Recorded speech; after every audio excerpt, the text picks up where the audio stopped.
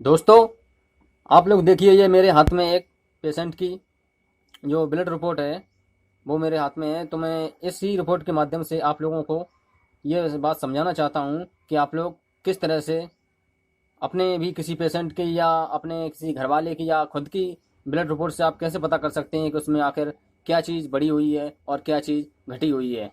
तो वो किस तरह से आप समझ सकेंगे, तो मैं आप लोगों को वो ये सब मैं आपको अभी दिखाना चाहता हूँ। तो चलिए मैं शुरुआत करता हूँ ऊपर से। तो ऊपर यहाँ पर आप देखिए, मैं आपको दिखा रहा हूँ, ये देखिए, ये लिखा हुआ है हेमाटोलॉजी रिपोर्ट। इसके अंतर्गत आपको दो चीज़ें देखने को मिलेंगी, हीमोग्लोबिन और टोटल ल्यूकोसाइट काउंट। तो उससे पहले मैं आपको एक चीज़ और दिखा देना चाहता हूँ कि आप लोग कैसे मतलब पहचानेंगे कि कैसे पता करेंगे कि मतलब हमारी रिपोर्ट में क्या बढ़ा हुआ है क्या कम है। तो वो मैं आपको दिखा देना चाहता हूँ। ये देखिए, यहाँ पर लिखा हुआ है टेस्ट नेम।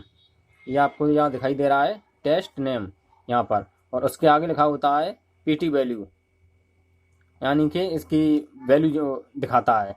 उसके बाद ये यूनिट होता है, ये मतलब ग्राम में भी होता है, सेल्स में भी होता है, और क्यूबिक वगैरह मतलब मिलियंस वगैरह में ये यूनिट होता है इसका, जो होता है।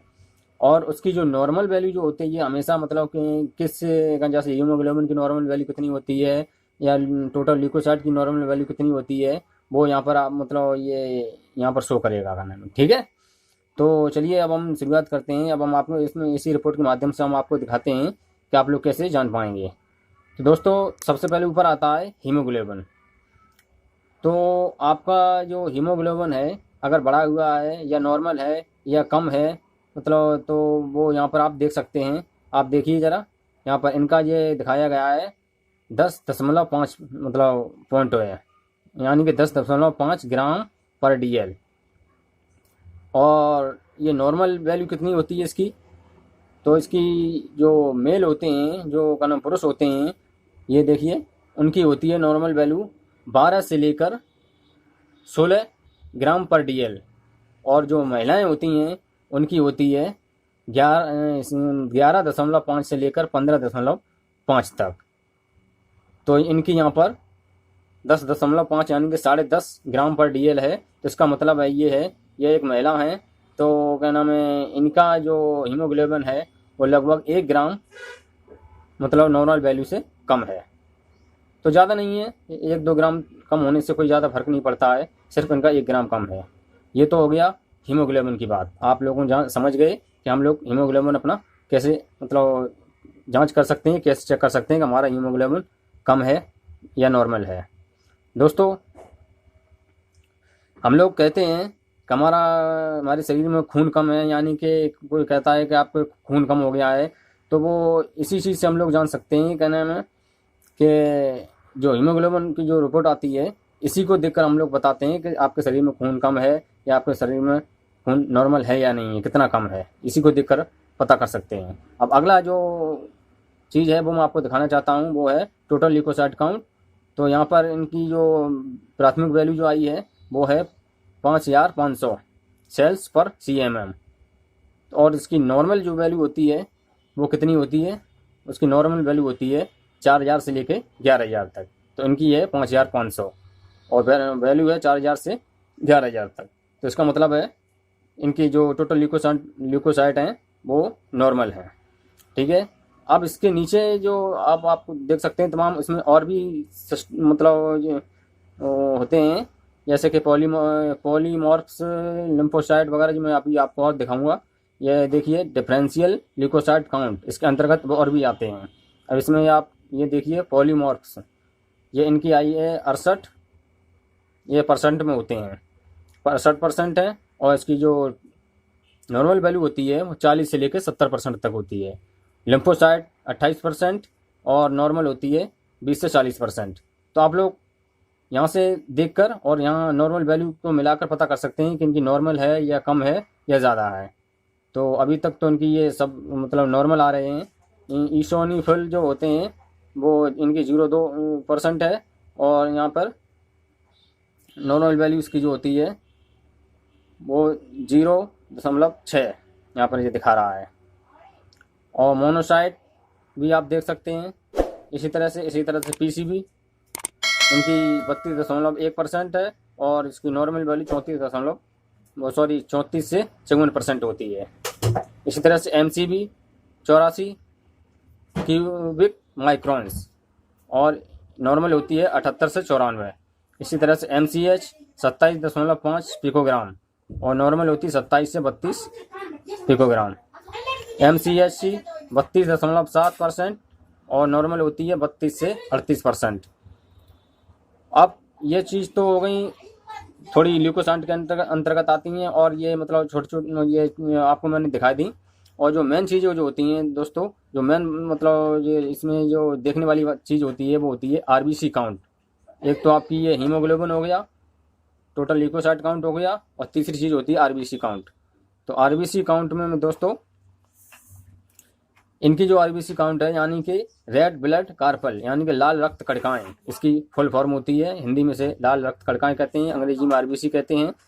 तो वो इनकी आई हैं 3.82 मिलियन पर cm। इस तरह से आप यहाँ से देखकर और नॉर्मल वैल्यू देखकर आप पता कर सकते हैं कि RBC काउंट कम है या नॉर्मल है या कितनी है।